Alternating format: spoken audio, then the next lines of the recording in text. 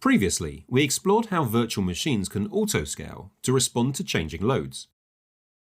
But how do your customers get your application when it might be provided by 4 VMs one moment and by 40 VMs at another? That's done through cloud load balancing. The job of a load balancer is to distribute user traffic across multiple instances of an application. By spreading the load balancing reduces the risk that applications experience performance issues. Cloud load balancing is a fully distributed, software-defined managed service for all your traffic. And because the load balancers don't run in VMs that you have to manage, you don't have to worry about scaling or managing them.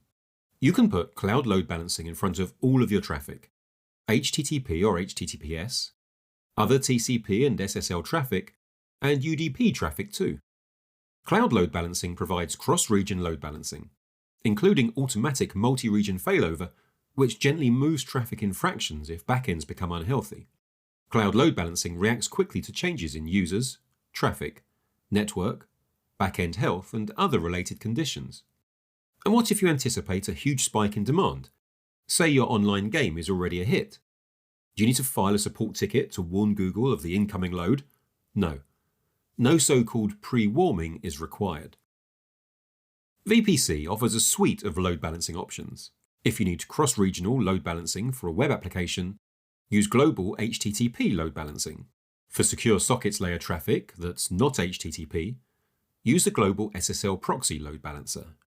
If it's other TCP traffic that doesn't use SSL, use the Global TCP Proxy load balancer. Those last two proxy services only work for specific port numbers, and they only work for TCP.